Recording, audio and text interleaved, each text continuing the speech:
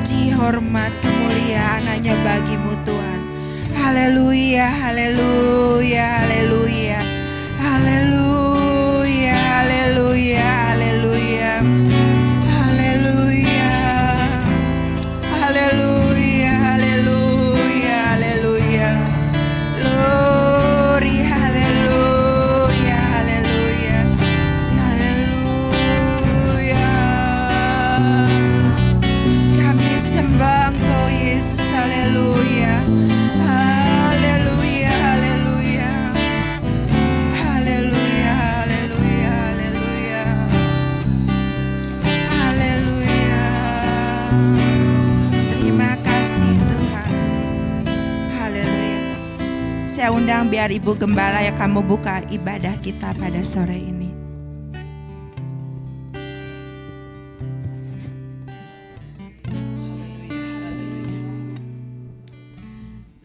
Bapa di dalam sorga, Bapa di dalam nama Tuhan Yesus Kristus, untuk sore hari ini, untuk kesempatan yang Kau berikan kepada setiap kami, untuk kesehatan kekuatan yang ada pada kami saat ini, kami tahu itu adalah anugerah dan kemurahan Tuhan. Kemauan yang dikerjakan oleh Roh Kudus dalam hati kami, sehingga saat ini kami ada di dalam rumah-Mu, kami ada duduk di bawah kaki Tuhan, hendak mendengarkan suara Tuhan. Kami bersyukur Bapa. Terima kasih pemeliharaan-Mu atas kehidupan kami adalah pemeliharaan yang heran dan ajaib. Dan untuk itu kami membawa pujian kami membawa penyembahan kami bagi kemuliaan dan kebesaran nama-Mu. Mari Kau sucikan setiap kami Tuhan. Mungkin ada di antara kami yang datang saat ini dalam kelemahan, dalam sakit penyakit, dengan beban-beban yang berat Tuhan. Kesukaran, kesulitan yang kami hadapi dalam hidup. Kami masih melihat kenyataan-kenyataan yang tidak sesuai dengan harapan kami. Tapi saat ini Tuhan kami mau belajar. Kami mau belajar mempercayakan hidup kami kepadamu. Kami mau belajar memandang Engkau. Memandang perkara-perkara sorga yang tidak kelihatan, namun kekal sifatnya Tuhan. Ajar kami berharap hanya pada Tuhan, pada firman-Mu, pada Roh Kudus-Mu Tuhan, yang ada di tengah-tengah kami pada sore hari ini. Kami menyerahkan keadaan kami apapun itu Tuhan. Kami serahkan ke dalam tangan-Mu. Kiranya Engkau melawat setiap kami dengan kuasa-Mu. Kami Tuhan, yang datang dengan segala kekurangan dan keterbatasan. Kami datang apa adanya kami Tuhan. Engkau mengenal setiap kami. Engkau mengenal hati kami. Dan kami yakin Tuhan akan firman-Mu. Engkau Allah yang dekat dengan hati yang remuk karena penyesalan akan dosa. Dengan hati yang berduka cita. Yang rindu untuk berbalik dan bertobat. Tuhan Engkau ada dekat bersemayam. Dekat dengan kami saat ini Tuhan. Sebab itu kami mohon pekerjaan Roh Kudus akan melawat setiap hati kami masing-masing. Tuhan, haleluya, kami berikan kesempatan. Kami berikan keleluasaan. Biar Engkau yang mengambil alih segala keadaan kami Roh Kudus. Kau menggantikan kelemahan kami dengan kekuatan yang baru. Menggantikan hati yang berduka dengan sukacita dari sorga. Dengan air anggur baru yang datangnya dari Tuhan sendiri. Kami yang berbeban berat Tuhan berikan kelegaan. Tuhan berikan penghiburan yang sejati Tuhan. Ajar kami Tuhan Yesus untuk berharap hanya kepada Tuhan. Dan menunggu jawaban lewat firman-Mu. Sebab firman-Mu itulah jawaban yang pasti dalam kehidupan kami. Lebih daripada saran, daripada masukan, daripada nasihat manusia. Itulah nasihat daripada Tuhan sendiri. Terima kasih, sucikan hati kami, siapkan kami. Bersekutu dengan firman-Mu, bersekutu dengan Roh-Mu.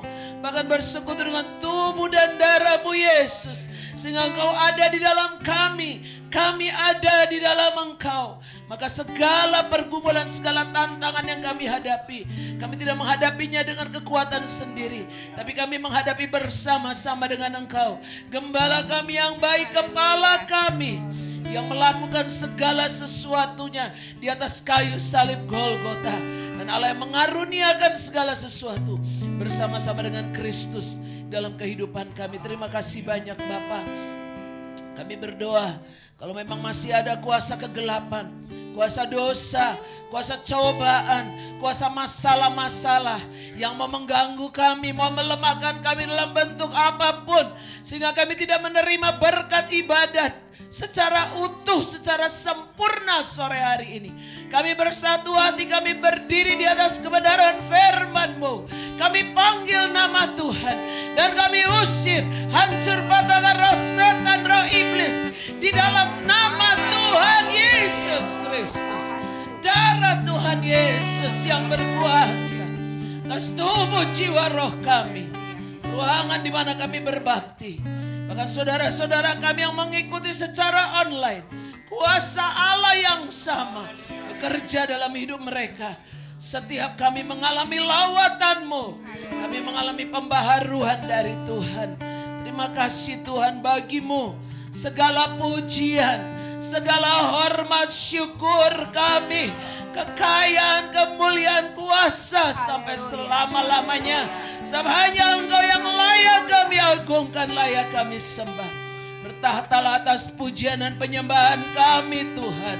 Sebab Engkaulah yang menjadi pusat segala-galanya pada saat ini dan seumur hidup kami. Terima kasih.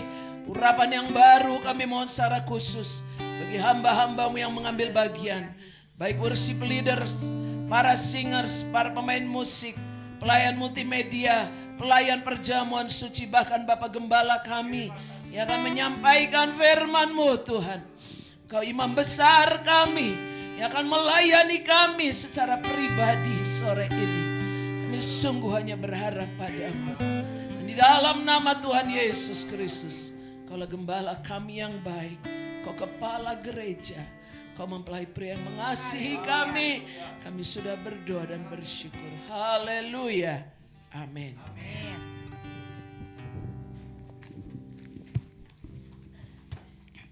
Puji Tuhan. Kita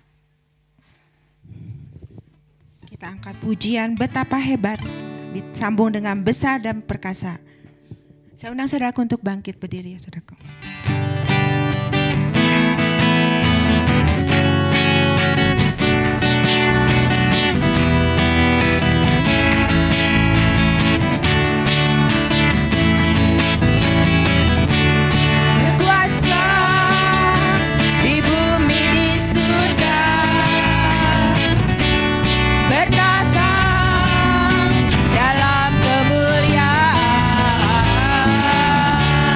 Dia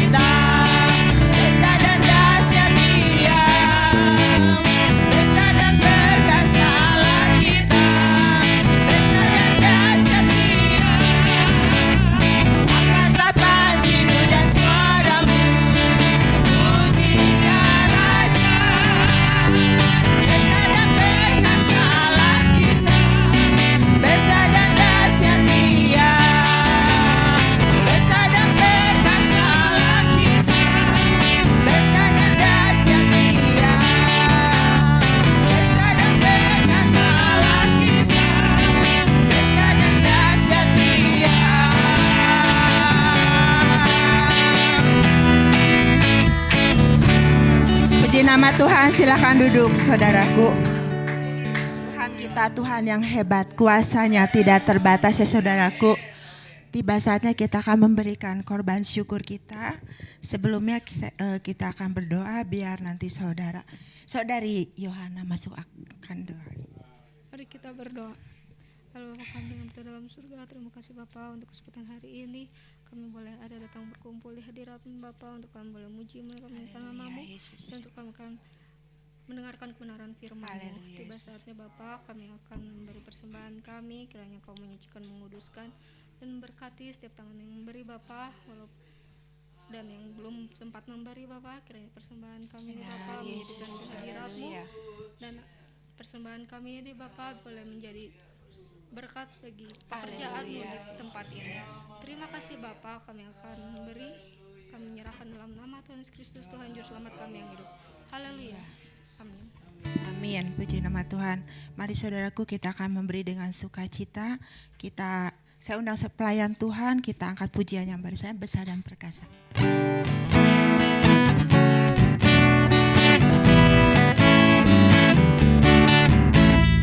Besar dan perkasa Allah kita, besar dan dahsyat Dia, besar dan dahsyat Allah kita, besar dan dahsyat Dia. Angkatlah pancimu dan suaramu, puji Dia Raja. Besar dan perkasa Allah kita, besar dan dahsyat Dia, besar dan perkasa, besar dan perkasa Allah kita, besar dan dahsyat Dia, besar dan perkasa Allah kita, besar dan dahsyat Dia. Angkatlah pancimu dan suaramu, puji Dia Raja. Besar dan perkasa Allah kita, besar dan dahsyat Dia, besar dan perkasa Allah kita, besar dan dahsyat Dia, besar dan perkasa Allah kita, besar dan dahsyat Dia.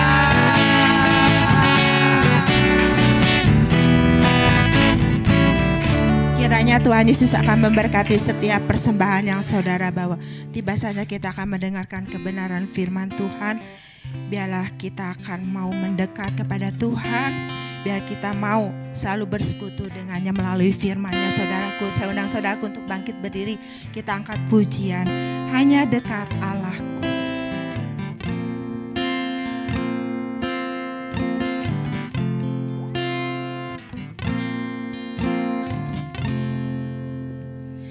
Hanya dekat Allahku, rasa tenang hatiku, Kau sertai jalanku sepanjang hidupku.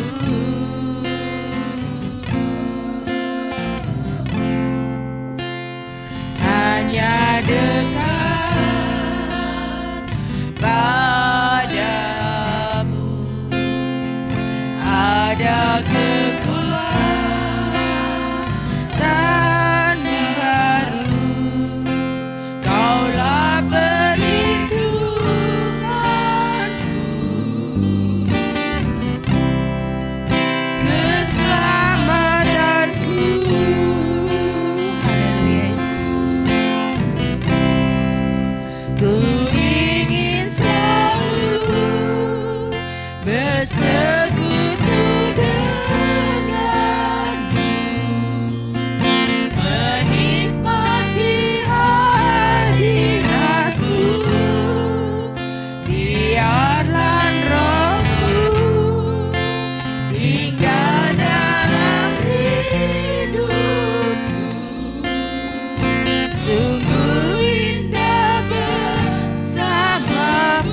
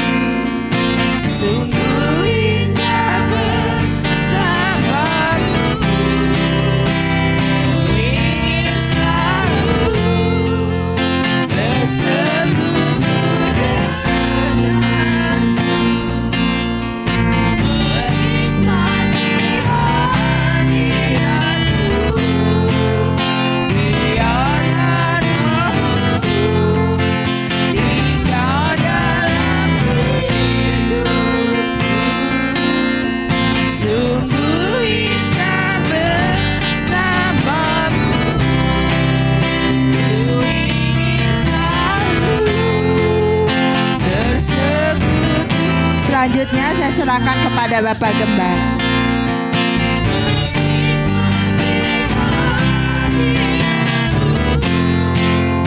Biarkan Roh-Mu tinggal dalam hidup. Sungguh indah bersamamu selamanya. Selamanya.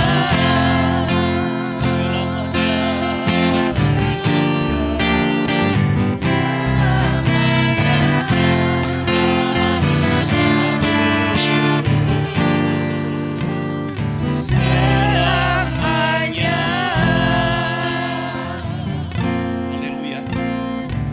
Puji Tuhan. Bapa kami yang ada di dalam sorga, Bapa yang kami kenal di dalam nama Tuhan Yesus Kristus, kami bersyukur kalau pada petang malam hari ini, lewat kasih kebaikan dan kemurahan Tuhan kami ada sebagaimana kami ada. Kami berbuat bakti kepada Tuhan karena Roh Kudus yang ada di dalam kami memampukan kami untuk kami hadir di tengah-tengah ibadah ini. Kami percaya kuasa Tuhan ada di tengah-tengah kami. Hadirat-Mu boleh kami rasakan. Dan kami percaya hadirat Tuhan akan membawa kepada kami satu kelegaan, satu jawaban, dan satu kesembuhan terhadap tubuh rohani kami. Oleh sebab itu Tuhan, kami mau mendengar firman Allah yang menjadi kekuatan bagi kami untuk kami terus belajar mengenal akan pribadi Tuhan. Supaya kehidupan kami tidak mudah disesatkan dan tersesat. Oleh sebab itu berbicaralah melalui mulut lidah hamba-Mu Tuhan dalam ibadah pendalaman Alkitab ini. Supaya kami belajar lagi lebih dalam tentang Engkau. Dalam hikmat marifat daripada sorga. Kuasa iblis, anasir jahat yang mau mengganggu kami. Supaya kami tidak menerima berkat daripada firman Allah. Bersehati kami mau tolak. Kami usir kuasa-kuasa kegelapan yang mau mengganggu dalam nama Yesus. Saya iblis kau keluar dari tempat ini. Terlebih dalam hati dan pikiran kami. Kami menyerahkan tubuh jiwa roh kami ke dalam tangan Tuhan. Darah Yesus yang berkuasa menolong dan melindungi kami. Terima kasih Tuhan. Di dalam nama Tuhan Yesus Kristus, Kegembala kami yang baik, Kepala Gereja, dan mempelai pria yang mengasihi kami sudah beralaskan doa sembahyang kami. Haleluya. Amin. Puji Tuhan. Shalom Bapak Ibu Saudara. Salam sejahtera dalam kasih Tuhan Yesus Kristus. Saudara-saudara yang ada di rumah, Tuhan Yesus juga memberkati kita semua. Shalom. Saudara-saudara yang di rumah, terima kasih. Tuhan memberkati. Tante Enyo, Om Yusuf Suhairi, senang sekali sudah bisa melihat dalam keadaan sehat ya. Tuhan baik buat kita semua. Kebaikan dan kemurahan Tuhan yang menyertai kita sepanjang hidup kita. Puji Tuhan. Saudara, kalau saudara tadi lihat tema LED kita ya, LCD kita, ini adalah tema yang ada kaitannya dengan hari ulang tahun gereja kita yang ke-12, yaitu bertambah besar dan hikmatnya semakin dikasihi Allah dan manusia. Diambil dari Lukas pasal 2 ayat yang ke-52. Hari ini khusus saya mau ajak kita semua memeriksa firman Tuhan tentang tema kita untuk mempersiapkan kita bagi seluruh sidang jemaat hari Minggu kita boleh bersama-sama melayani. Puji Tuhan. Karena saya lihat sebagian besar kita yang hadir di sini adalah para pelayan ya, para pelayan yang mempersiapkan hari ulang tahun kita yang ke-12. Yesus pada usia 12 tahun dicatat dalam Injil Lukas bertambah besar, bertambah hikmat, dan kunci yang lebih yang harus kita pelajari pada malam hari ini, makin dikasihi oleh Allah dan manusia. Mari saudara, kita membuka Alkitab kita di dalam Injil Lukas, mulai ayat yang ke-41 sampai 52 ya, satu perikop kita akan bacakan. Lukas 2 ayat 41 sampai 52. Saudara, saya akan membacakan ayat ganjil. Saudara yang di rumah atau yang di tempat ibadah membacakan ayat-ayat yang genap ya. Dimulai dari saya. Lukas pasal 2 ayat 41. Tiap-tiap tahun orang tua Yesus pergi ke Yerusalem pada hari raya Paskah. Ketika Yesus telah berumur 12 tahun, pergilah mereka ke Yerusalem seperti yang lazim pada hari raya itu. Sehabis hari-hari perayaan itu, ketika mereka berjalan pulang, tinggallah Yesus di Yerusalem tanpa diketahui orang tuanya. Karena mereka menyangka bahwa ia ada di antara orang-orang seperjalanan mereka, berjalanlah mereka sehari seperjalanan jamnya. Lalu mencari dia di Karena mereka tidak menemukan dia, kembalilah mereka ke Yerusalem sambil terus mencari dia.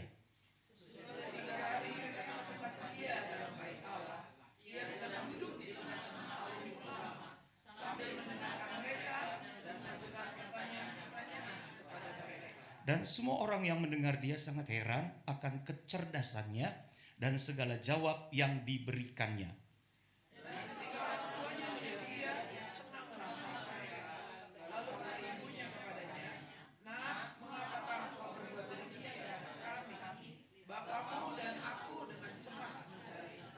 Jawabnya kepada mereka, "Mengapa kamu mencari aku? Tidakkah kamu tahu bahwa aku harus berada di dalam rumah Bapakku?"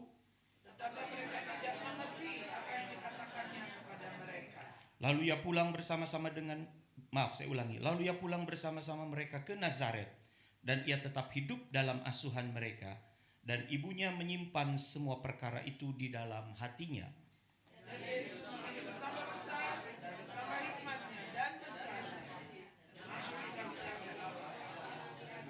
Puji Tuhan, silakan duduk. Yesus bertambah besar dan bertambah hikmatnya, ditandai dengan usia 12 tahun. Saudara, kalau saudara baca ayat 40, di situ pun ditulis ya, bahwa Yesus itu bertambah besar. Anak itu makin bertambah besar dan menjadi kuat, penuh hikmat dan kasih karunia Allah ada padanya. Ini waktu didoakan oleh seorang nabiah yang bernama Hana, berusia 84 tahun. Waktu itu usianya belum 12 tahun Yesus.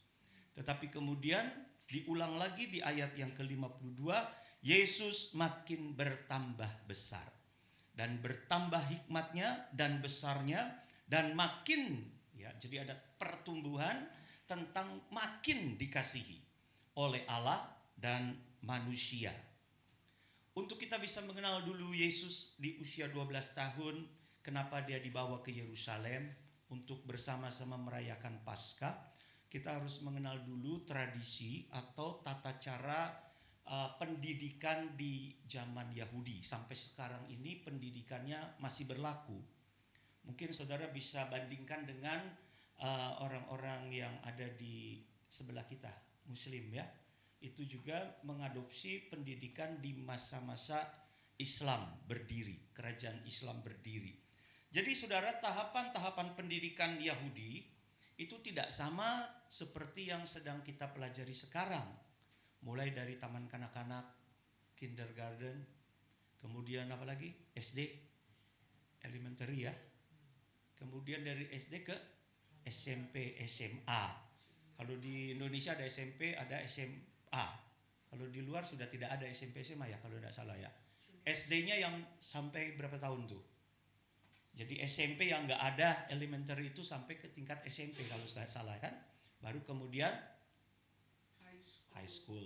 Dari situ baru ke sekolah tinggi. Saudara, perbandingan tahapan pendidikan Yahudi itu bisa disamakan dengan sekarang kita lihat pendidikan di Islam, yaitu madrasah.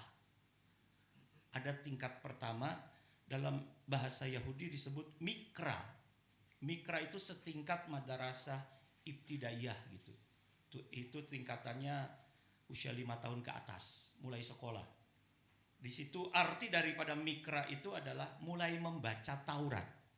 Karena masa-masa pendidikan di zaman Yahudi ini sampai sekarang dititik beratkan kepada pelajaran tentang Taurat. Ya. Bahasa, kemudian matematika, ilmu hitung dan sebagainya itu hanya tambahan. Tetapi yang sangat dipelajari adalah Taurat. Itu usia 5 tahun, kemudian masa pendidikannya selama 5 tahun. Baru nanti setelah usia 10 tahun masuk kepada tingkat yang kedua, namanya misnah, atau misnah itu disebut dengan mengulang. Kalau orang Islam namanya madrasah sanawiyah.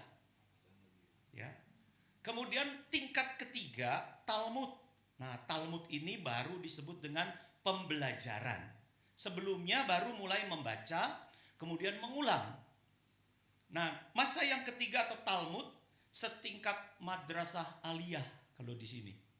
Ya, itu dimulai pada usia 12 tahun. Dan ini memang panjang. Masa pembelajarannya setingkat Talmud ini 8 tahun. Ya, 8 tahun. Jadi dari sini kita bisa belajar Yesus ketika dibawa dalam usia 12 tahun ke Yerusalem, disitulah dia sedang diajar untuk masuk dalam mulai masa pembelajaran. Kalau dulu masa-masa mulai membaca bisa di daerahnya, di Nazaret, di daerahnya atau di lingkungannya. Kemudian tingkat yang kedua tadi disebut dengan tingkat misnah atau pengulangan, itu bisa di kampungnya. Tapi untuk pembelajaran tingkat Talmud dia harus diperkenalkan ke Yerusalem. Karena ini ibaratnya tingkat yang lebih dalam, begitu ya, tingkat yang lebih tinggi, di mana pembelajaran harus dimulai pada usia 12 tahun. Sampai sekarang orang Israel menganut pembelajaran seperti ini, saudara. Itu sistemnya disebut dengan bar mitzvah. Jadi orang Israel itu nggak seperti kita SD, SMP, SMA, perguruan tinggi. Nggak. Mereka tetap anak-anak itu wajib belajar Taurat. Sama seperti orang-orang Muslim tetangga kita, kalau di kampung-kampung itu wajib ikut madrasah begitu ya, belajar agama. Dari pelajaran di madrasah itu memang disisipkan, ada matematika, ada bahasa dan sebagainya. Tetapi pada intinya belajar agama. Nah, orang Israel pun belajar tentang Taurat.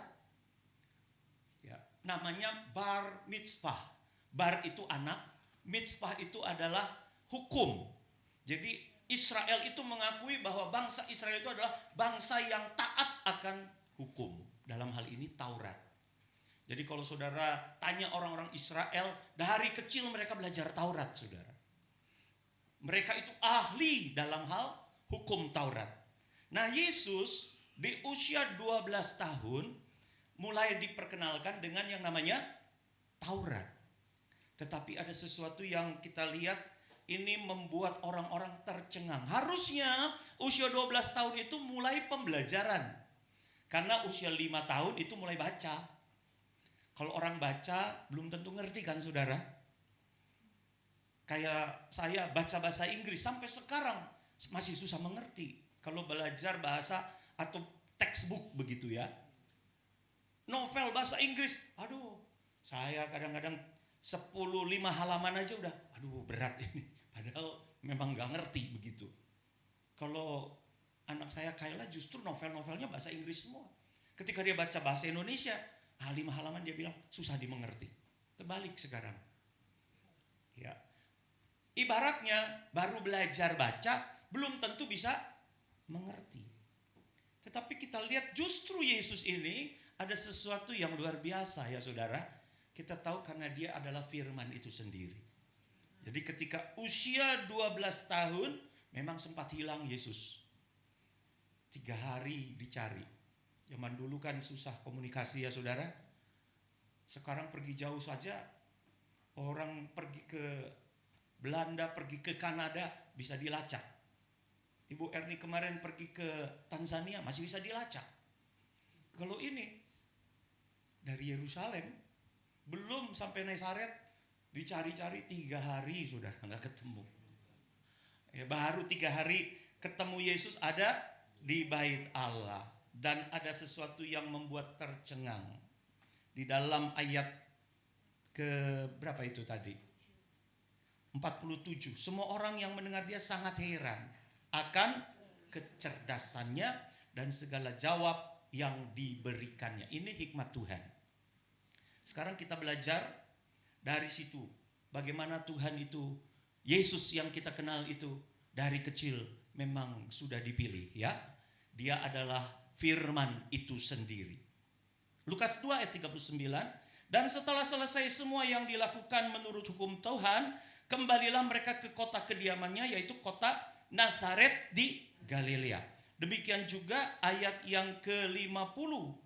Yesus makin bertambah besar, bertambah hikmatnya dan besarnya, dan makin dikasih oleh Allah dan manusia. Di ayat 51-nya dibawa kembali ke Nazaret. Jadi Nazaret itu tempat Yesus bertumbuh.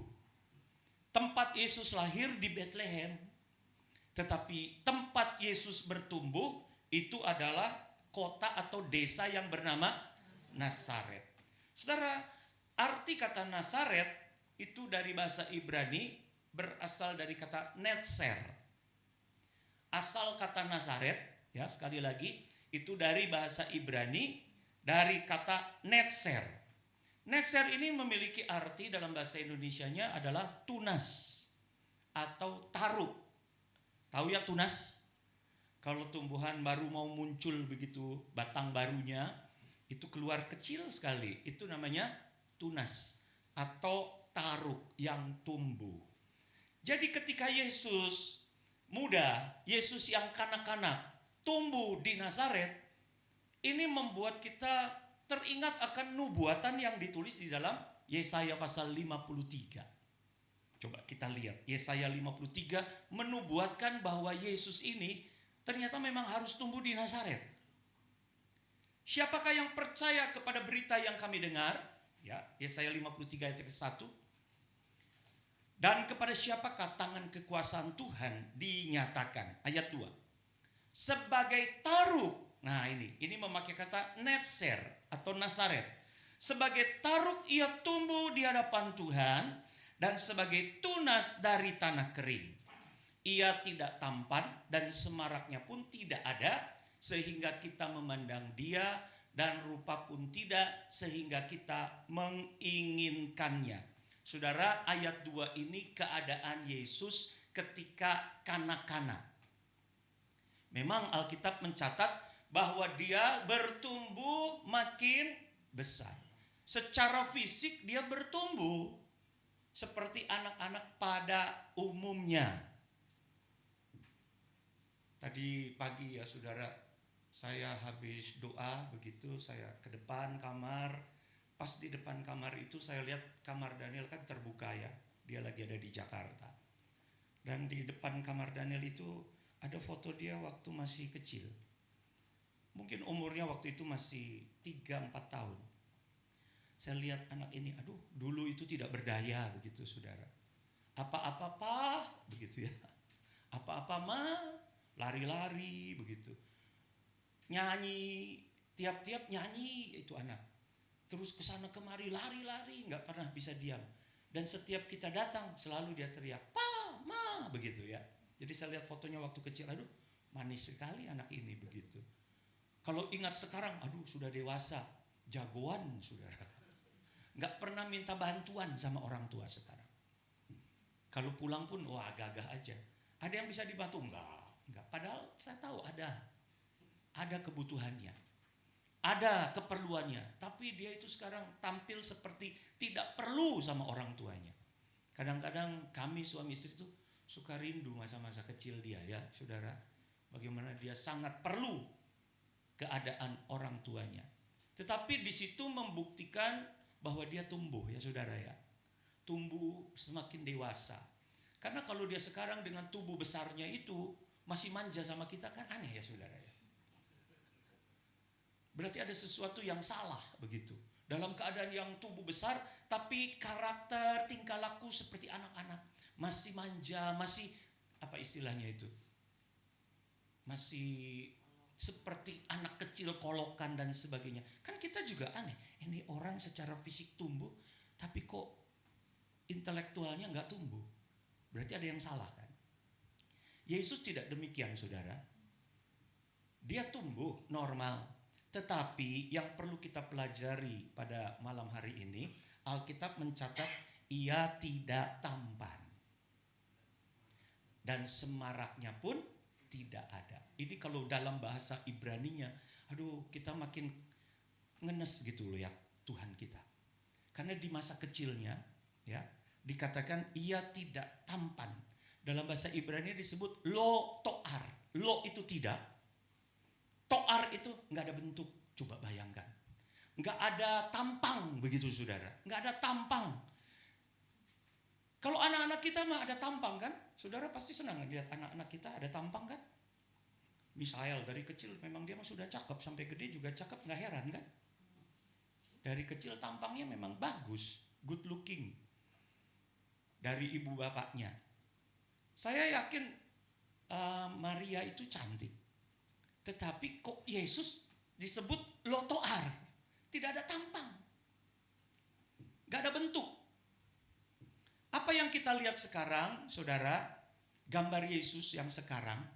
Coba, Dwi, gambar yang kedua. Coba ditampilkan. Gambar Yesus yang sekarang. Oh, di rumah gak ada suara? Coba cek dulu ke... Di rumah ada suara? Gak ada. Pakai ini coba. Cek. Ada? Pakai ini aja ya. Berarti kasihan tadi sudah tidak dengar ya. Diulangi lagi dari awal. Puji Tuhan. Mulai dari Yesaya 53 ya, ayat 2 dikatakan sebagai taruk ia tumbuh di hadapan Tuhan dan sebagai tunas dari tanah kering. Ia tidak tampan dan semaraknya pun tidak ada sehingga kita memandang dia dan rupa pun tidak. Tadi ada gambar yang kedua, coba diperlihatkan. Saudara tahu ini siapa? Kita taunya Yesus. Yesus yang kita kenal kan begini kan? Ini mah cakep kan saudara? Ganteng kan? Kecilnya juga pasti ganteng. Kalau memang seperti ini. Tapi ternyata saudara, sekarang saudara kan masanya masa Google ya. Googlinglah saja. Ide ini dari mana? Ide ini datangnya dari gambar yang berikut, 2B coba. Ini dari sini. Ini siapa? Dewa Zeus. Jadi rupanya di abad keempat, orang sudah mulai melihat dan kemudian mengasosiasikan tampang Yesus itu seperti Dewa Zeus. Padahal di abad-abad pertama, tampang Yesus itu tidak seperti ini. Ada gambar yang pertama. Ditulis atau digambarkan, dilukiskan seperti orang Romawi. Itu, lihat. Ini waktu ada perempuan yang menjamah ujung jubah Yesus. Ini pada abad pertama, abad kedua sampai abad ketiga dilukiskan Yesus ini seperti ini. Rambutnya pendek, klimis. Seperti Misael ya. Ini merujuk kepada orang Roma kebanyakan. Ada seorang teolog dari Atlanta mulai mengkonstruksi wajah Yesus sesuai dengan bangsanya, bangsa Yahudi pada zaman itu.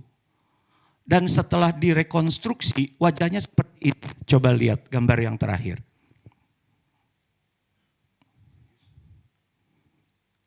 Ini.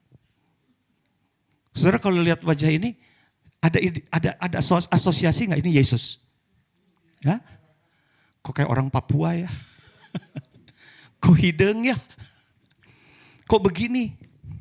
Dan memang orang kebanyakan di bangsa Yahudi di era Yesus seperti ini. Seperti Petrus. Wajahnya kurang lebih seperti ini saudara. Memang kalau udah seperti ini boro-boro tampan kan? Boro-boro kita memperhatikan. Dan memang wajah Yesus pada saat itu kebanyakan gak berbeda jauh dengan orang-orang yang ada pada saat itu. Coba kalau orang-orang pada saat itu murid-murid seperti ini. Kemudian Yesusnya seperti gambar yang kedua, coba Yohana. Ini beda banget kan?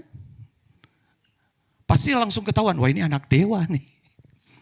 Tetapi sekali lagi ya, Alkitab mencatat di dalam Yesaya bahwa ia itu tidak punya tampang. Semaraknya pun tidak, kalau ini sih semarak ya saudara ya. Sangat membuat orang terkagum-kagum. Figurnya itu begitu bagus. Kalau saudara lihat ya, apalagi gambar-gambar yang diterbitkan oleh satu penerbit yang namanya Watchtower. Penerbit dari Saksi Yehova. Itu gambar Yesusnya bagus-bagus banget saudara. Bagus-bagus. Tinggi, begitu murid-muridnya pendek-pendek. Memang dibuat seperti itu. Tetapi sekali lagi, ini jangan kita ini terkecoh dengan tampang. Ya, karena Alkitab berkata ia tidak tampan, tidak ada bentuk, tidak ada tampang, semaraknya pun tidak. Sehingga tidak ada kita ini memandang dia. Kalau di sini di tengah-tengah kita tiba-tiba ada orang bule langsung kita memandang kan. Coba yang datang orang negro, orang hitam, orang Papua, kita pura-pura gak mau lihat. Dan memang pada saat itu tidak ada yang menginginkan pribadi Yesus. Ayat 3. Yesaya 53 ayat 3. Ia dihina.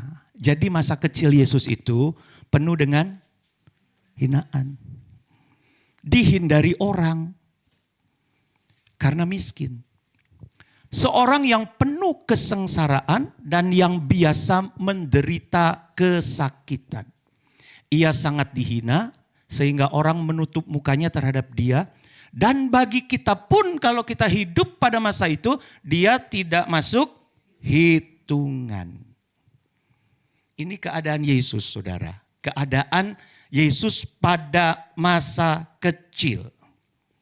Tunas yang tumbuh, di dalam ayat yang kedua, tunas dari tanah kering.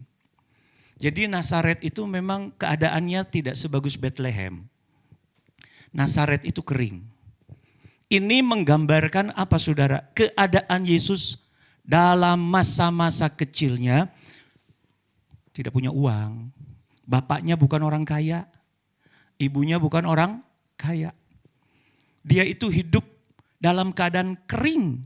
Baik secara jasmani, ya, tetapi tidak rohani. Nanti kita akan lihat. Seakan-akan memang gak punya daya, gak punya sumber daya. Jadi kalau kita ini sekarang ini, kita kan tidak hidup di tanah kering kan saudara? Suasana kita apakah dalam keadaan kekeringan? Saya rasa tidak ya. Saudara pasti cukup makan, cukup keadaannya sehat, keadaannya tidak kurang. Yesus sekali lagi tumbuh di hadapan Tuhan sebagai tunas dari tanah kering. Memang diizinkan dalam keadaan yang miskin. Dalam keadaan tidak berdaya. Tetapi sekali lagi, kondisi itu tidak menghalangi dia untuk dikasihi Tuhan. Sekali lagi, keadaan yang tidak memungkinkan, keadaan tanpa tampang, gak ada modal untuk jadi orang terkenal. Sekali lagi, itu tidak menghalangi untuk memperoleh kasih dari Tuhan. Saudara, dalam kehidupan kita, saya rasa kita ini lebih lah secara pribadi ya, secara fisik sekarang. Secara fisik kita ini lebih dari Tuhan kita. Tetapi masalahnya apakah kita bisa dikasih Allah? Karena pertumbuhan di hadapan Allah itu bukan cuma pertumbuhan secara jasmani. Yang lebih utama adalah hikmat Allah. Yesus bertumbuh memang secara jasmani, tetapi bertambah-tambah hikmatnya. Ini yang membuat dia dikasihi oleh Allah, plus dikatakan juga manusia. Karena kalau dari tampang gak ada modal untuk bisa dikasihi. Jadi kalau ada ayat yang ke-53 berkata makin dikasihi oleh Allah dan manusia karena bertambah hikmatnya dan besarnya. Saudara kalau lihat ayat 53 sekali lagi. Ayat 53, Lukas 2 ayat 53. Lukas 2 ayat 53. Oh 52 ya, maaf 52.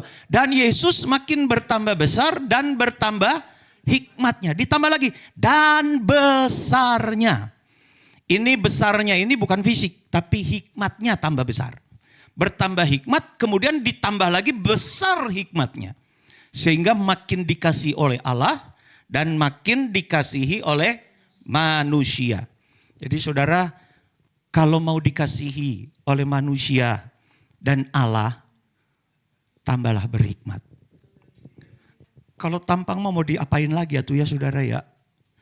Mau diapain lagi, mau di-upgrade seperti apa sih saudara? Yesus lebih kondisinya di bawah kita. Kalau bicara soal tampang. Mau ditambah mancung lagi, mau ditambah melotot lagi. Sekarang usia jemaat El Kafana 12 tahun di hadapan Tuhan. Lebih baik kita tambah-tambah hikmat di hadapan Tuhan. Dan saya percaya kalau hikmat ditambah-tambahkan, maka keadaan jasmani pun makin mengikuti nanti. Makin diberkati oleh Tuhan. Jadi biarlah kita bertambah hikmat. Permulaan hikmat itu takut akan Tuhan. Mazmur 111 ayat yang ke-10. Kemudian Amsal 9 ayat yang ke-10. Sama. Permulaan hikmat adalah takut akan Tuhan. Semua orang yang melakukannya berakal budi yang baik. Puji-pujian kepadanya tetap untuk selamanya. Itu Mazmur 111 ayat yang ke-10. Ya. Kemudian Amsal 9 ayat yang ke-10. Permulaan hikmat adalah takut akan Tuhan. Dan mengenal yang Maha Kudus adalah pengertian. Jadi kalau kita mau bertambah hikmat, dasarnya harus benar. Yaitu takut akan Tuhan.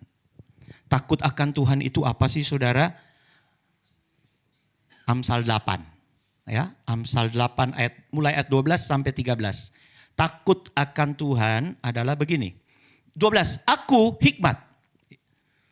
Tinggal bersama-sama dengan kecerdasan. Dan aku mendapat pengetahuan dan kebijaksanaan. Lalu ayat 13 berkata, takut akan Tuhan ialah membenci kejahatan. Aku benci kepada kesombongan, kecongkakan, tingkah laku yang jahat, dan mulut penuh muslihat. Jadi keadaan Yesus bayangkan, waktu masih usia 12 tahun, ini yang dia lakukan. Dia berhikmat, artinya membenci kejahatan, benci kepada kesombongan, kecongkakan, tingkah laku yang jahat, dan mulut penuh tipu muslihat. Saudara, kalau kita lihat sekarang remaja-remaja usia 12, waduh, sudah pernahkah kita ajari seperti ini? Supaya ada hikmat, supaya ada takut akan Tuhan. Sekarang jangan-jangan usia 12 tahun sudah mulai sombong. Usia 12 tahun sudah mulai congkak. Usia 12 tahun tidak takut sama Tuhan. Terbukti tidak mendahulukan ibadah. Lebih mendahulukan kegiatan-kegiatan yang lain. Jadi memang kita harus mengajar kepada anak-anak kita ya saudara ya. Sejak usia muda. Supaya mereka takut akan Tuhan. Takut akan Tuhan sekali lagi membenci kejahatan, benci kepada kesombongan, congkak, tingkah laku yang jahat, dan mulut penuh tipu muslihat. Ini baru permulaan. Ini baru permulaan. Karena dikatakan permulaan hikmat adalah takut akan Tuhan. Jadi dasar kita untuk makin bertumbuh hikmat kita, mulailah kita membenci kejahatan. Benci kepada kesombongan, kecongkakan, tingkah laku yang jahat, dan mulut penuh tipu muslihat.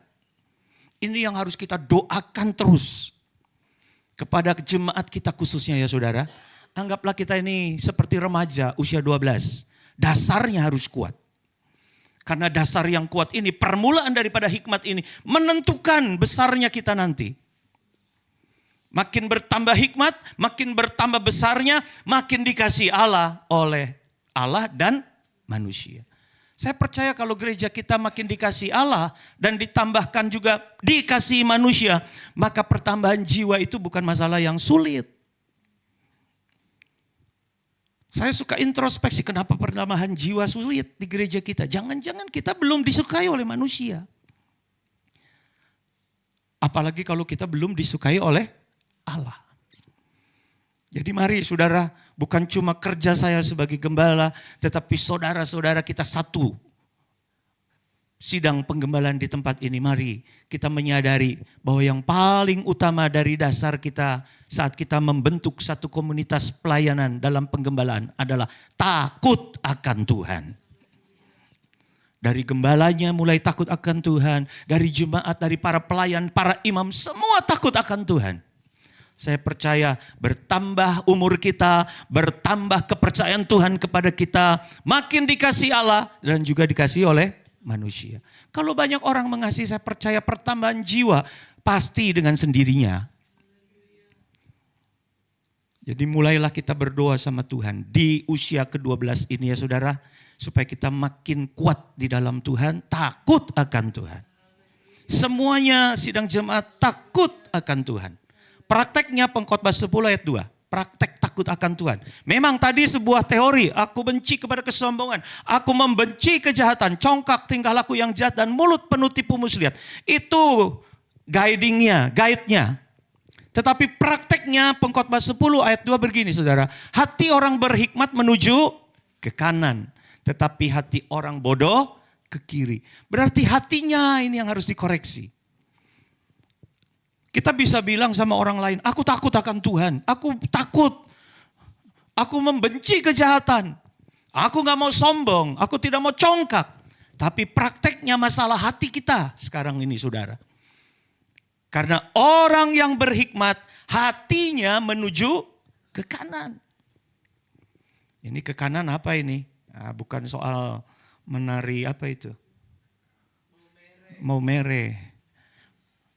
Mulai dari kanan, kanan, kanan. Soalnya nanti balik lagi, kiri, kiri, kiri. Hati kita harus ke kanan. Ini ciri daripada orang yang berhikmat. Kita buka Matius 25. Bicara soal penggembalaan, bicara otoritas Tuhan yang nanti akan memisahkan kita. Kalau kita tidak ke kanan. Sekarang ini kita bisa bersandiwara bahwa kita ini orang berhikmat. Tetapi nanti akan ada satu penentuan. Yang ditulis dalam Matius 25 ayat 31 saudara. Matius 25 ayat 31. Apabila anak manusia datang dalam kemuliaannya. Dan semua malaikat bersama-sama dengan dia. Maka ia akan bersemayam di atas tahta kemuliaannya. 32. Lalu semua bangsa akan dikumpulkan di hadapannya. Dan ia akan memisahkan mereka seorang daripada seorang. Gak bisa, bukan kelompok demi kelompok ini. Semua bangsa dikumpulkan di hadapannya. Lalu dia mulai memisahkan seorang daripada seorang. Sama seperti gembala. Jadi penampilan dia nanti seperti gembala yang memisahkan domba dari kambing. Saudara harus ingat Yohanes 10 ayat 14, aku gembala yang baik dan aku mengenal domba-dombaku dan domba-dombaku mengenal aku. Jadi pas pada saat pemisahan ini dia tidak tampil seperti raja, tapi dia tampil seperti gembala. Kenapa harus gembala? Karena gembala itu tahu persis domba-dombanya. Mengenal domba-dombanya. Tidak ada yang bisa bersembunyi. Tidak ada istilah serigala berbulu domba nanti. Karena Yesus tampil seperti gembala yang kenal dengan domba-dombanya. Tadi kembali kepada Matius 25 ayat 33. Dan ia, gembala yang baik itu, yang kenal domba-dombanya akan menempatkan. Ya, ayat 33. Ayat 33. Ia akan menempatkan domba-domba di sebelah kanannya. Dan kambing-kambing di sebelah kirinya. Jadi orang yang takut akan Tuhan dalam pengkhotbah tadi, hatinya menuju ke kanan. Berbicara soal domba-domba yang dikenal oleh Yesus. Orang yang hatinya cenderung ke kanan adalah orang-orang yang seperti domba diibaratkan. Dikenal oleh Yesus sebagai gembala. Posisi domba di sebelah kanan. Inilah orang-orang yang memiliki hikmat sorgawi. Ditandai dengan permulaan hikmat adalah takut akan Tuhan. Jadi posisi ini menentukan saudara.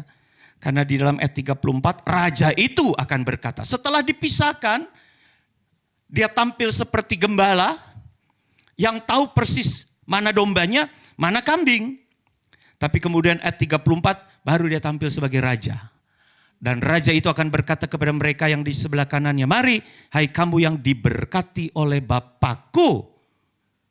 Dia katakan kepada domba-domba yang sudah ada di sebelah kanan. Mari hai kamu yang diberkati oleh Bapakku, terimalah kerajaan yang telah disediakan bagimu sejak dunia dijadikan. Jadi dalam kapasitas gembala, dia memisahkan domba. Karena gembala yang kenal akan domba. Tetapi sebagai raja, dia memberikan anugerah kerajaan. Kerajaan yang telah disediakan bagimu sejak dunia dijadikan. Jadi saudara, posisi ya sekarang berbicara soal posisi yang di sebelah kanan atau orang-orang yang memiliki hikmat sorga itu menentukan kelak di mana kita akan ditempatkan. Dalam kerajaan yang telah disediakan bagimu sejak dunia dijadikan. Kalaupun sekarang kita nggak punya SDM, bukan SDM, sumber daya. Kita nggak punya sumber daya, nggak masalah. Amsal 11:4 berkata, pada hari kemurkaan harta tidak berguna, tetapi kebenaran melepaskan orang dari maut. Di sini saya mau sampaikan kepada saudara, bagaimana perlu dan pentingnya kita memiliki hikmat sorga. Sebagai pribadi yang dikenal oleh Yesus sebagai gembala yang baik. Kita harus menjadi domba-dombanya Tuhan. Ayub 28 ayat 12 berkata begini, di mana hikmat dapat diperoleh? Ya, coba saudara lihat Ayub 28 ayat 12. Di manakah hikmat dapat diperoleh? Di mana tempat akal budi? Jalan ke sana tidak diketahui manusia dan tidak didapati di negeri orang hidup. Ayat 14, kata samudra raya, ia tidak terdapat di dalamku. Dan kata laut, ia tidak ada padaku. 15, untuk gantinya tidak dapat diberikan emas murni dan harganya tidak dapat ditimbang dengan perak.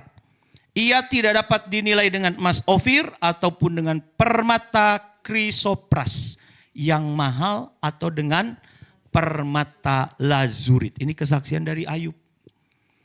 Di mana dapat hikmat? Sedangkan firman Allah mengatakan hikmat ini menentukan ya saudara ya. Menentukan posisi kita untuk ada di kanan itu adalah orang-orang yang berhikmat. Saudara, kita bersyukur kalau kita kenal Yesus. Karena dialah sumber hikmat. Orang cari kemana-mana nggak bisa. Mau ke laut, mau ke samudra, susah. Punya uang banyak nggak bisa membeli hikmat. Tetapi 1 Korintus 1 ayat 23 sampai 24. Inilah hikmat itu. 1 Korintus 1 ayat 23. Tetapi kami memberitakan Kristus yang disalibkan. Untuk orang-orang Yahudi suatu batu sandungan.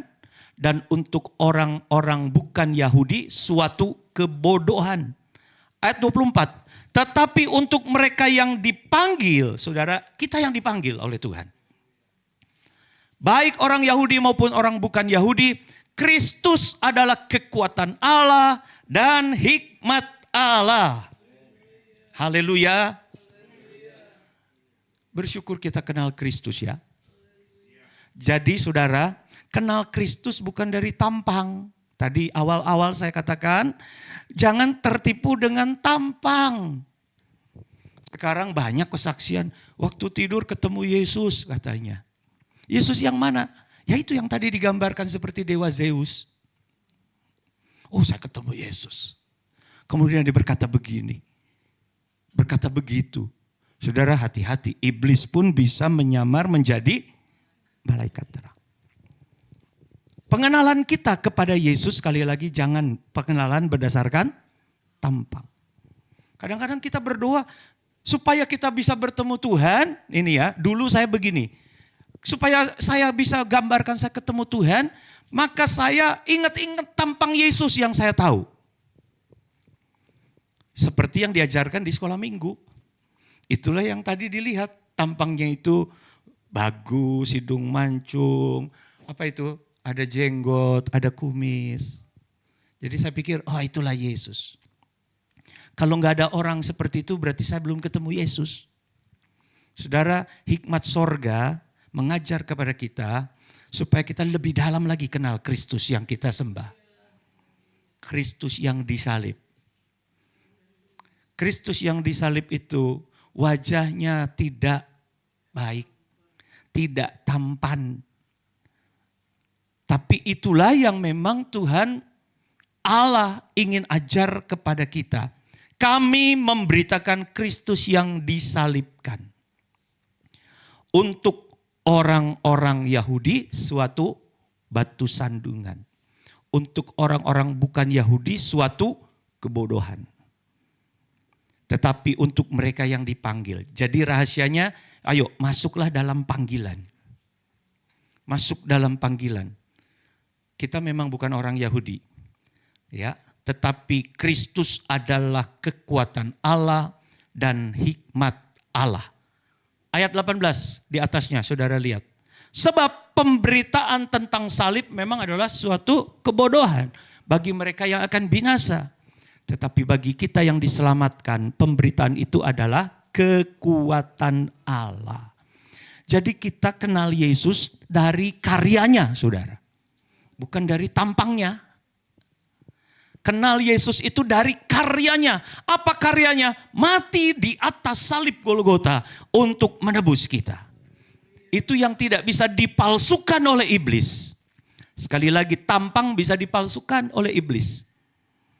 Tetapi Kristus yang kita sembah, kita harus lihat dari karyanya. Dia mati di atas kayu salib Golgota. Haleluya. Efesus 1 ayat 13, di dalam Dia kamu juga, karena kamu telah mendengar firman kebenaran, yaitu Injil keselamatanmu. Di dalam Dia kamu juga, ketika kamu percaya, dimeteraikan dengan Roh Kudus yang dijanjikannya itu. Jadi saudara, ketika kita kenal Yesus dengan karyanya, Dia mati di atas kayu salib Golgota, saudara dimeteraikan oleh Roh Kudus. Nah, Roh Kudus ini yang akan mengajar kita dan membawa kita kepada seluruh kebenaran Allah. Ini yang harus kita gumuli dalam hikmat Tuhan. Kenal Yesus dalam karyanya dan minta Roh Kudus memeteraikan kita. Supaya kita tidak tersesat, tidak mudah disesatkan, dan juga tidak tersesat. Apalagi kemudian kita menyesatkan. Aduh, hati-hati ya saudara ya. Kadang-kadang kan ya namanya guru sekolah minggu ya, gambar itu terus diajarkan. Sampai akhirnya kita ngelotok. Padahal yang harus kita ajarkan adalah karya Yesus di atas kayu salib.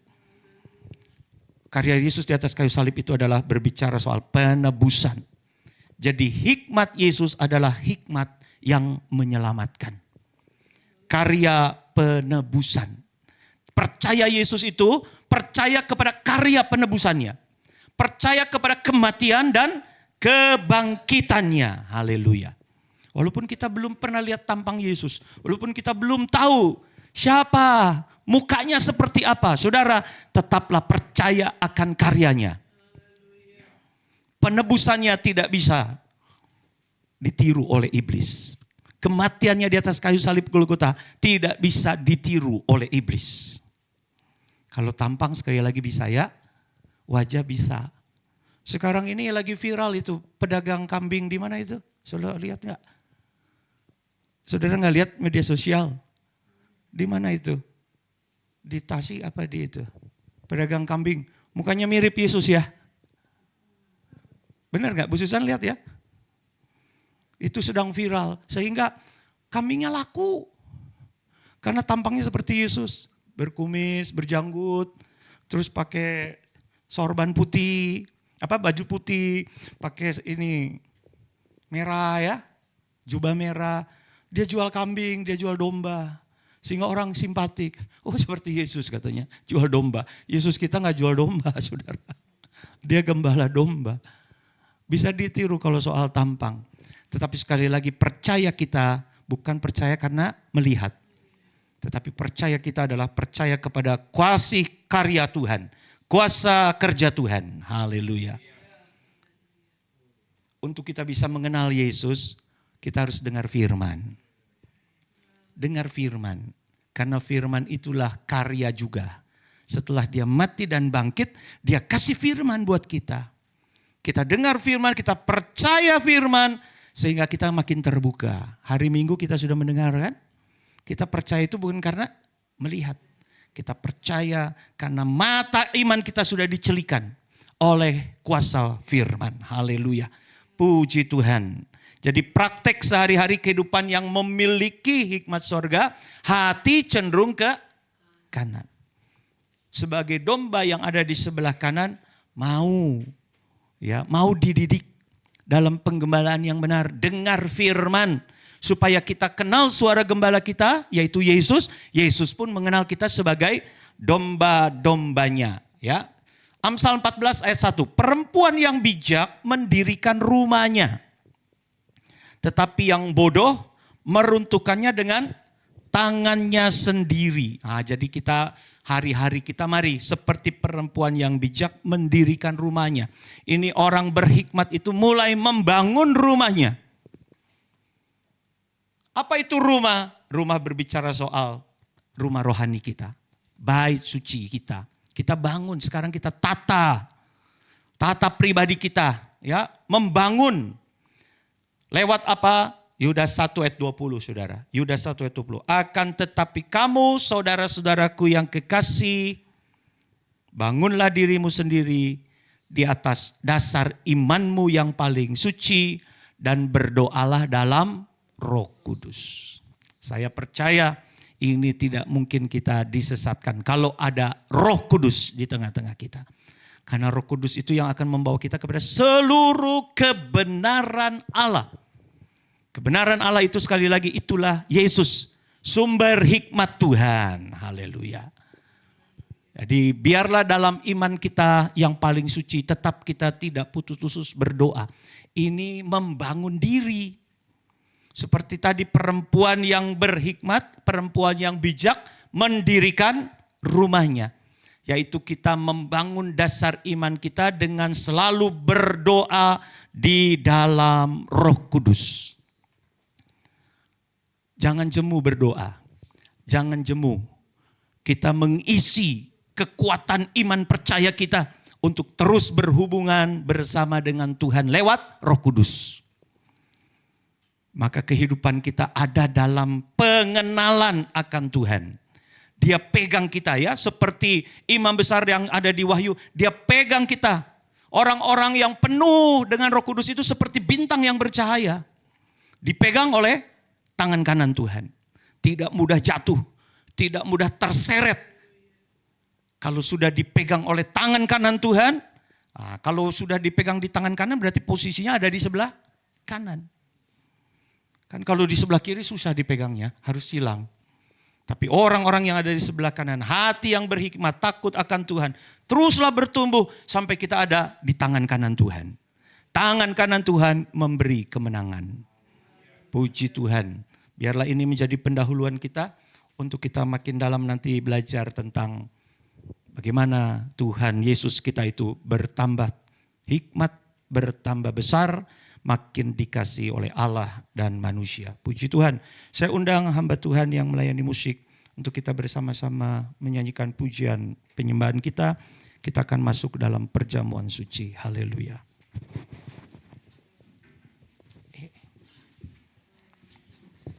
Ajarku mengerti segala rencanamu. Ajarku mengerti segala rencanamu. Ajarku berserah hanya padamu.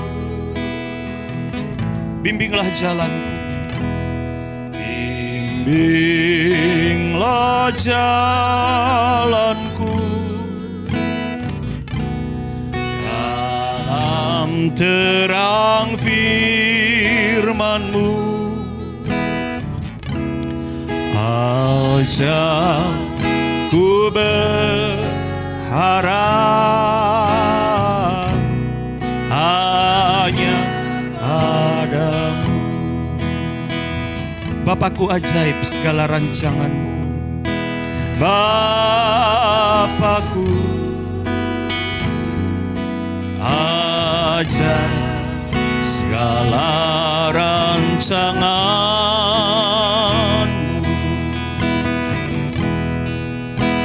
Tuhanku,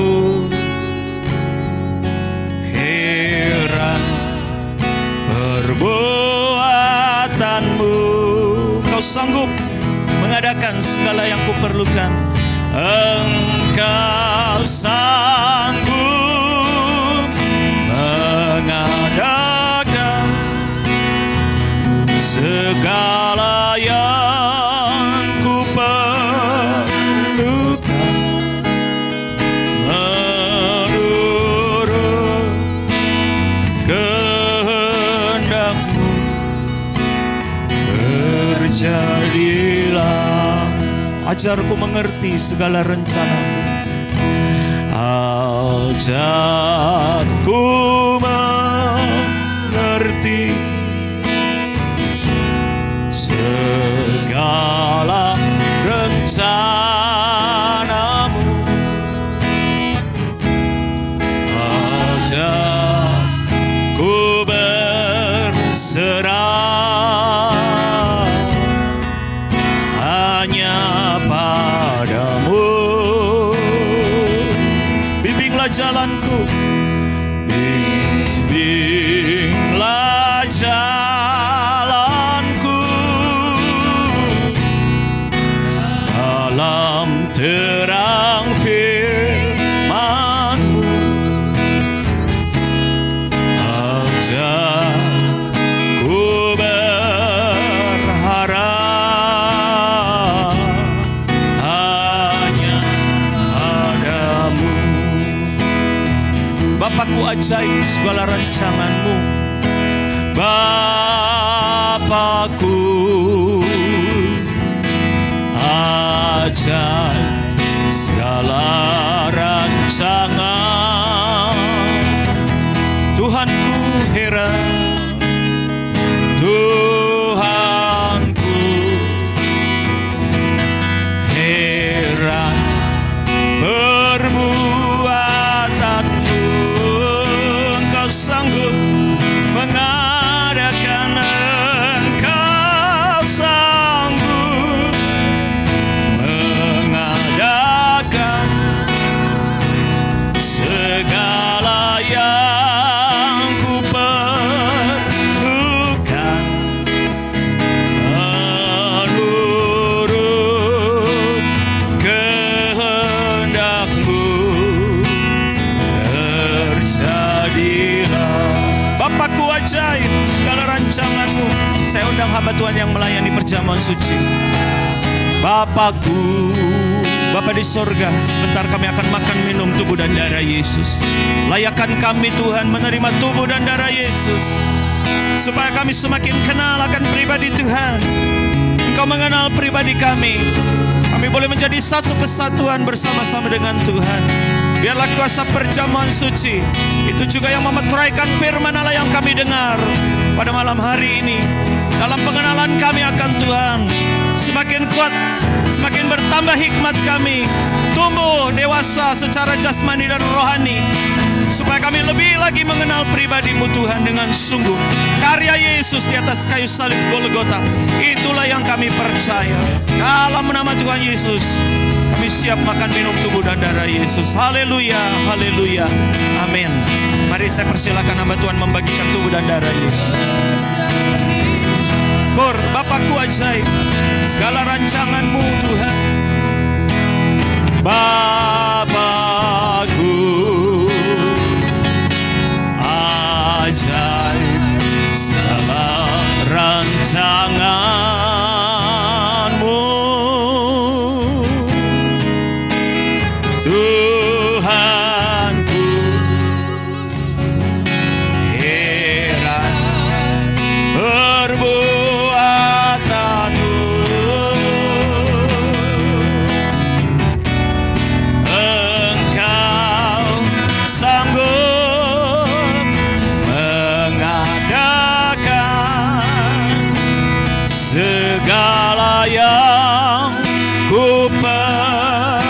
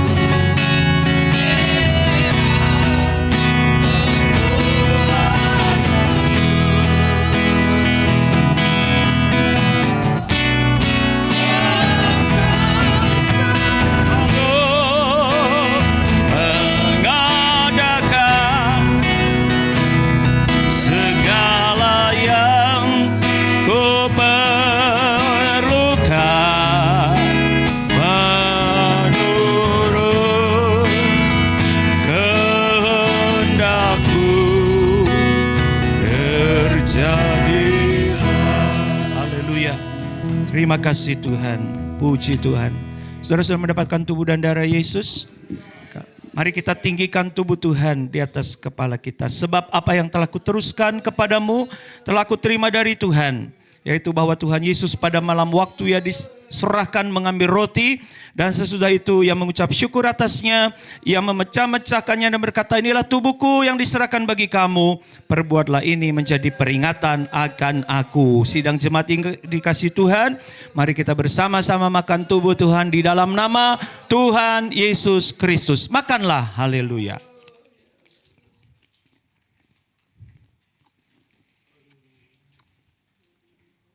Puji Tuhan, haleluya. Kita tinggikan darah Yesus di atas kepala kita.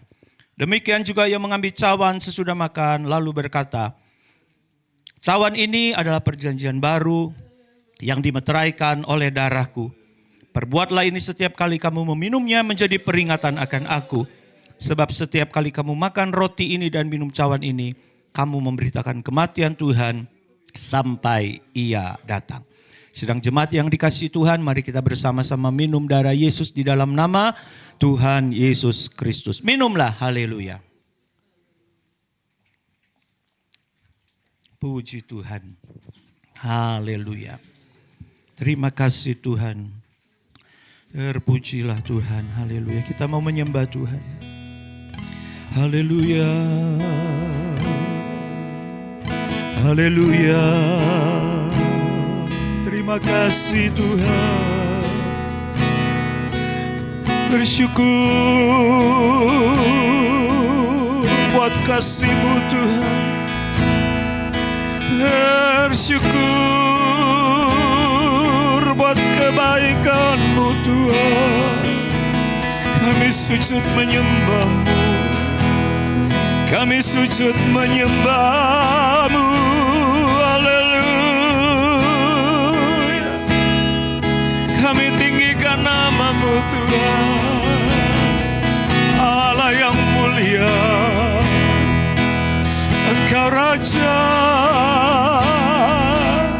Haleluya.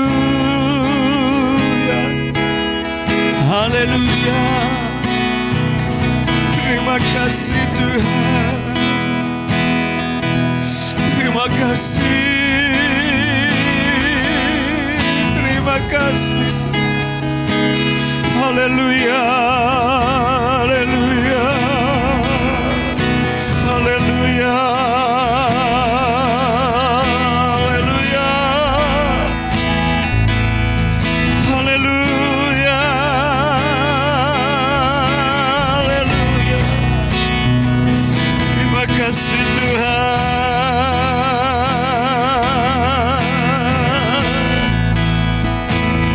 Terima kasih Tuhan.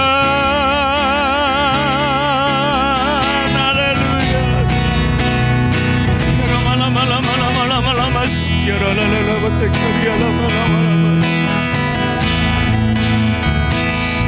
Haleluya. Haleluya. Syukur, syukur. Haleluya. Haleluya. Haleluya. Haleluya. Haleluya. Terima kasih. Saat ku menyembah-Mu, Roh-Mu bekerja.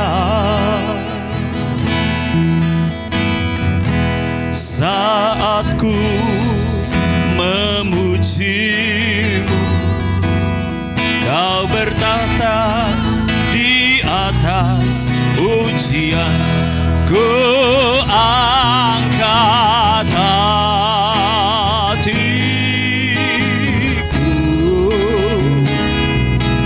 ku pandang kekudusan.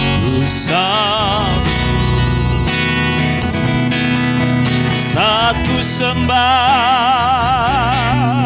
ku puji-Mu, ku rasakan kehadiran-Mu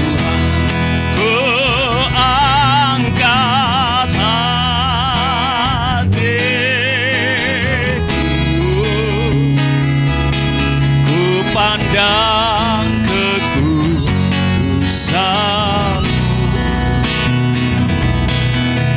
Saat ku sembah, ku pujimu, ku rasakan kehadiran-Mu Tuhan. Saat ku sembah, saat ku sembah, ku pujimu, ku rasakan kehadiran-Mu. Saat ku sembah, saat ku sembah, ku pujimu, ku rasakan kehadiran-Mu Tuhan. Haleluya, haleluya, haleluya. Oh haleluya. Bapa yang baik, di dalam nama Tuhan Yesus, kami mengenal Engkau di dalam firman. Kami mengenal kasih-Mu di dalam firman-Mu. Haleluya, haleluya, haleluya, haleluya. Ajar kami mengenal hikmat Tuhan dari firman, dari suara gembala. Haleluya, haleluya. Ajar kami mengenal suara gembala yang baik. Engkau Yesus yang mengenal kami domba-domba.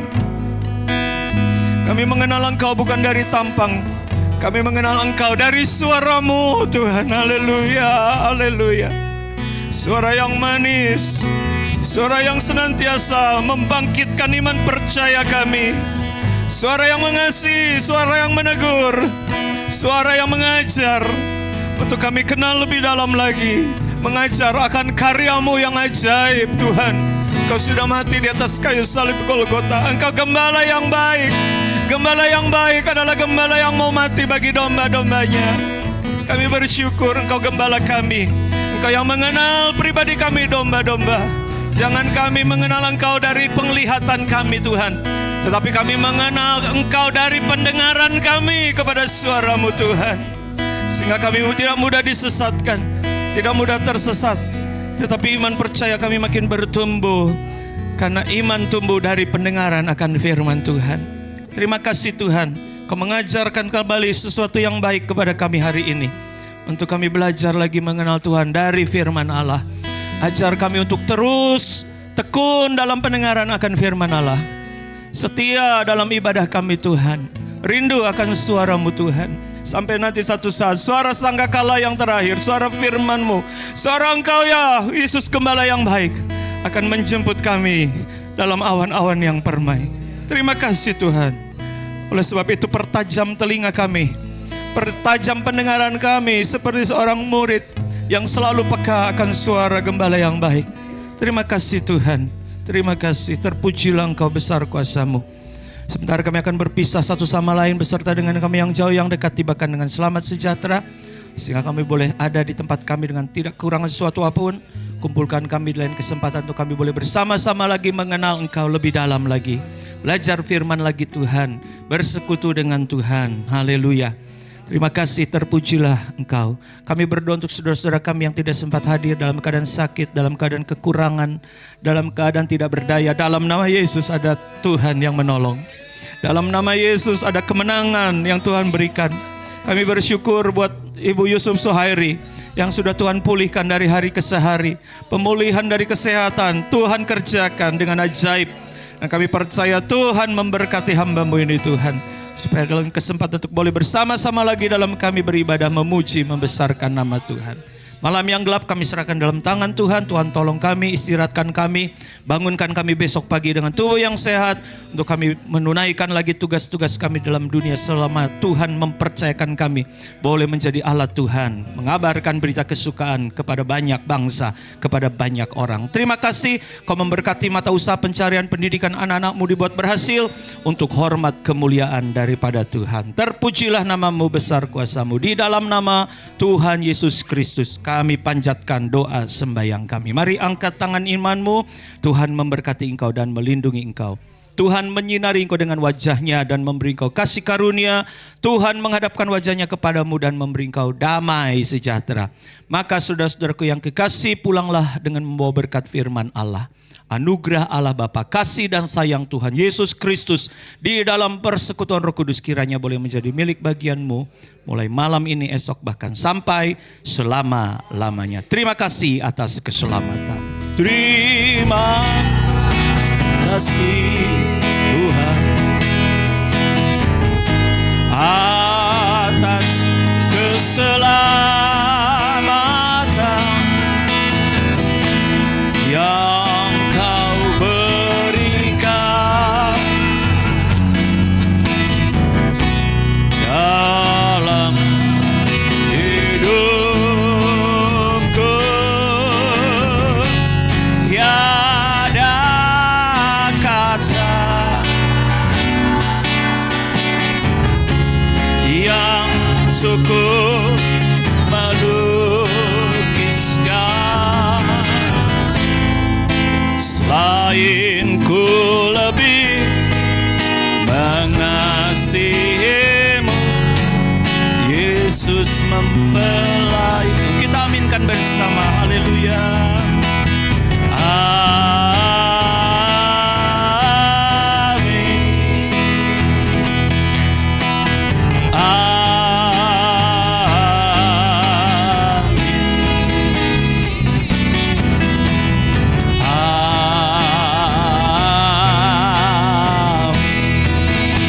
Haleluya.